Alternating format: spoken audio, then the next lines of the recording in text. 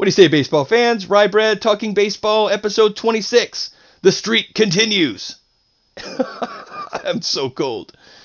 Our East-West showdown continues to deliver. We got a little bit of everything last night out of those guys.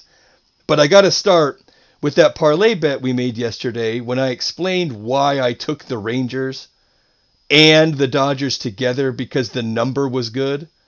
I ended up getting locked into a number plus 155 Rangers straight up against the Twins because that Cubs game got canceled.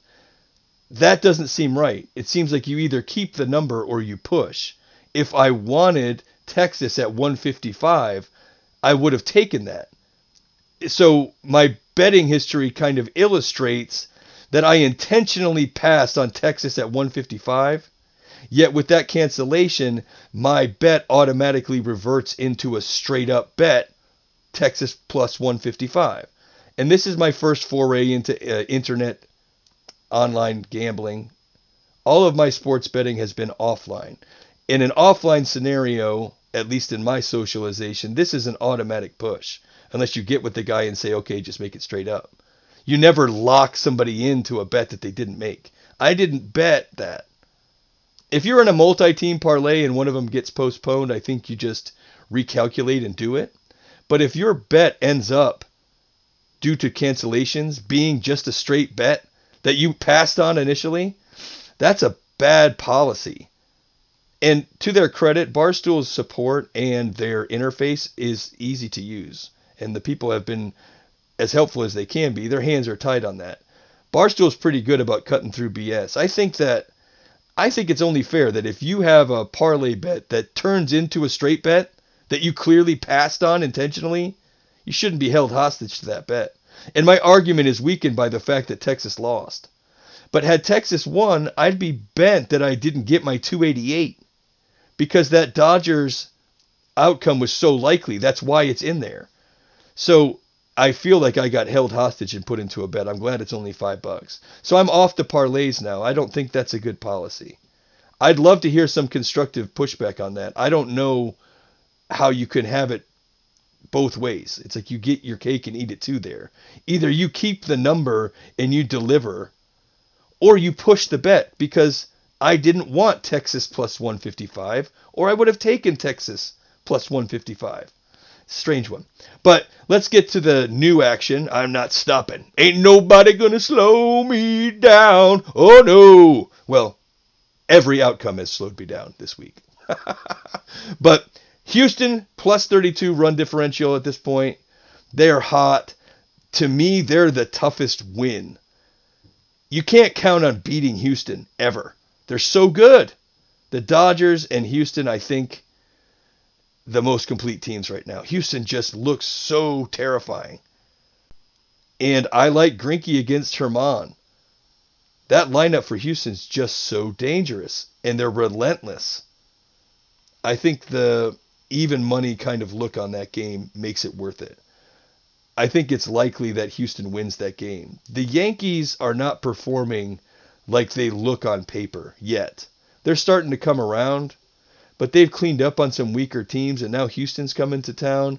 And I think they're going to remind the Yankees what it looks like when the other roster's star-laden and not the Tigers or the Indians or the Orioles. So I think that the step up in competition is going to help Houston here. They're coming off of tough games. So Houston's just on all cylinders, it looks like. And New York's still trying to find their way. So I think it's just so advantageous for Houston. Hence the bet. So McClanahan's going for the Rays. He's so nasty. Lefty with 100 mile per hour stuff. Arm side run. You're not used to that as a hitter because nobody throws like that consistently. And I like the Rays to win that game. I think the price of McClanahan followed by Patino, I think the price of that 1-2 punch is going to go way up because that's tough for an opposing lineup. And I expect that the Rays keep on the Angels while they're down. The Angels just aren't playing how they should. That team's so dangerous. Ohtani, Mr. Majestic. again last night with another bomb. The guy's just so good. Trout, of course, is amazing. It's so surprising that the A's don't win more games. I don't think you have to look much further than their pitching, but their offense is so good. You think it would make up for more. And I think eventually it will. But right now, man, Houston looks stronger than everybody out there. Even though the A's are coming off a nice win against a tough Blue Jays team. The Blue Jays are tough. The Blue Jays are a tough out. The A's got a 5-4 win last night, and then the Orioles got a win at the Mariners. And we said yesterday, I have no idea how to gauge the Orioles. They are smoke to me. I have no idea what I'm grasping at there. Games I think they'll lose, they win. I'm just completely off the reservation on the Orioles. And the NL East for that matter. Speaking of the NL East, I'm just going to jump right into this now. The Mets were the Mets, fired Chili Davis because their hitters weren't performing. Like it's their fault. If you were trying to relieve some pressure on Lindor, this is not how you do it. You get the guy fired. It's not just on Lindor. The whole team has been hitting poorly. But over the last 3 games, they've got 18 runs scored, a series win against a division opponent in Philadelphia, and then you fire the hitting coach 23 games in because you think you got somebody better in the pipe, I guess. That just sounds like the Mets being the Mets, and it's just hard to trust that organization to make the right move. You understand why their fan base is so tortured. My goodness. I just had to get to that. Tom Slater, the assistant hitting coach, I'm not familiar with, but I'm familiar with Chili Davis as a player and as a coach. He had a good reputation as a hitting coach. So this is just another Mets being Mets move. It's just worth noting because, man, that's tough on your players. You're telling me those guys don't feel responsibility for that?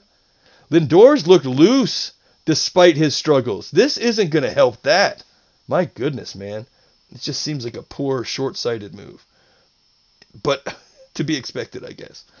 Let's get back out there to that East-West thing. So the Orioles beat the Mariners. It's Jorge Lopez for the Orioles, Justin Dunn tonight. I've watched Dunn his last 2 starts. Sharp. I expect the Mariners to win this game, but I'm not touching it with a bet. To wrap it up then, I got Rays minus 107 at the Angels. Just because Cobb looks so hittable and McClanahan and Patino are nasty.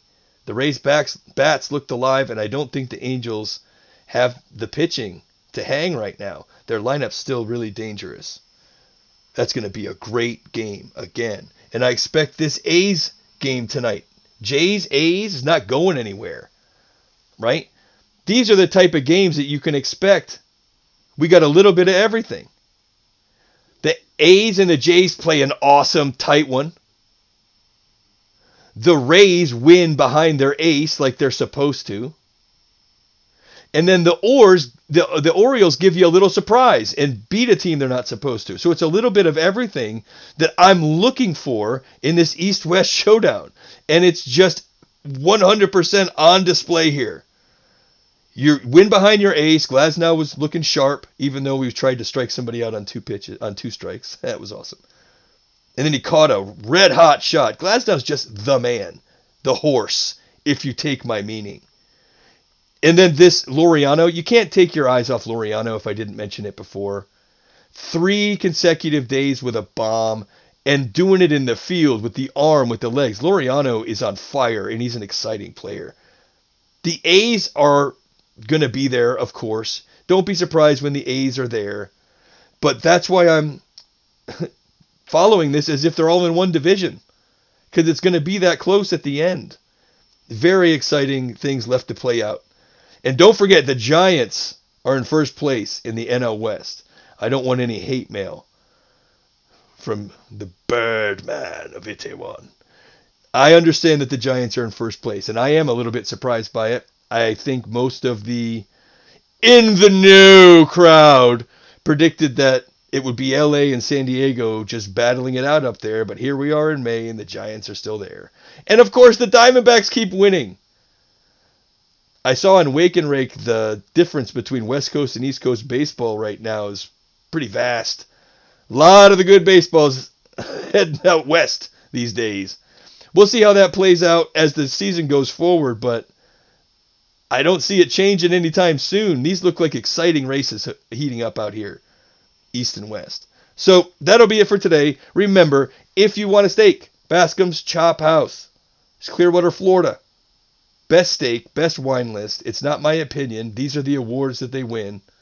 Go check them out. Tell them I sent you. You won't be disappointed. Get at me on Twitter at RyeBread0844. And of course, we're going to do 162.